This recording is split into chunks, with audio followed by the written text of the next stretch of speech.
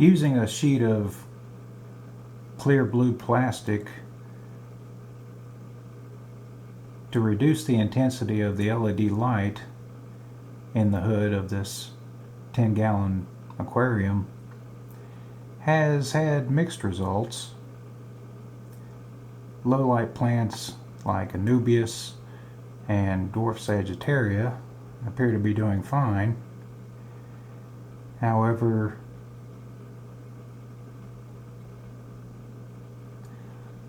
water wisteria appears to grow quite spindly, and I don't seem to be having a problem with any type of algae other than diatom algae. A sort of brown, flat algae that is growing on the surfaces of the leaves is particularly evident on the Anubias, but it's growing on all the plants and gives them sort of a dingy look. However, I do see new growth on the Anubias and the dwarf Sagittaria as well.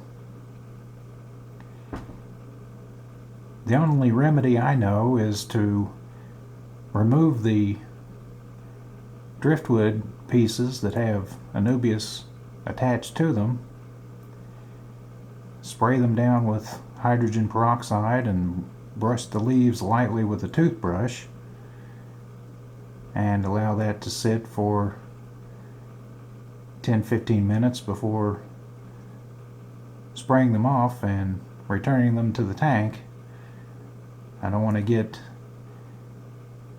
too much hydrogen peroxide in the tank at all because it can be harmful to the fish. You can see here that there's a new leaf, the small one that's lighter in color in the center of the screen on this Anubias. Some smaller lighter color leaves on the dwarf Sagittaria, so it does fine in this low light aquarium as well. You can see here I put the two pieces of driftwood that have Anubias attached to them basically back in the same place where they were. In the center of the screen is the newest leaf on the Anubias on the right. Removing the Anubias that are on driftwood, spraying them down with hydrogen peroxide and allowing that to sit for a few minutes, and lightly brushing the leaves with a soft toothbrush has done them a bit of good.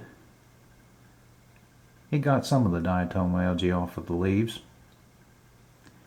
But while I did the water change, I decided to remove one layer of clear blue plastic, and so now the intensity of the LED light entering the tank is raised. I'm not sure if this will cause more algae to grow, or perhaps, and I'm hopeful, that the fast-growing water wisteria will outcompete algae for nutrients in this brighter light. I'm also hoping that the Java moss will finally take off. It's hanging on, but hasn't yet settled into this tank, though it's been in here for months. Tank is quite jungled out at this point. Two low flow hang on the back filters with sponges over the intakes create an ideal home for cherry shrimp, and a couple of autocinklus.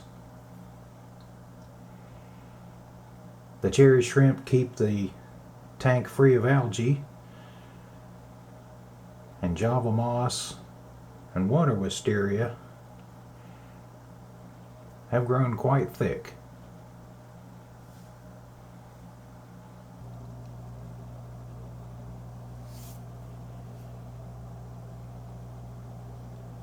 So they crawl all through the Java moss and water wisteria and keep it free of algae.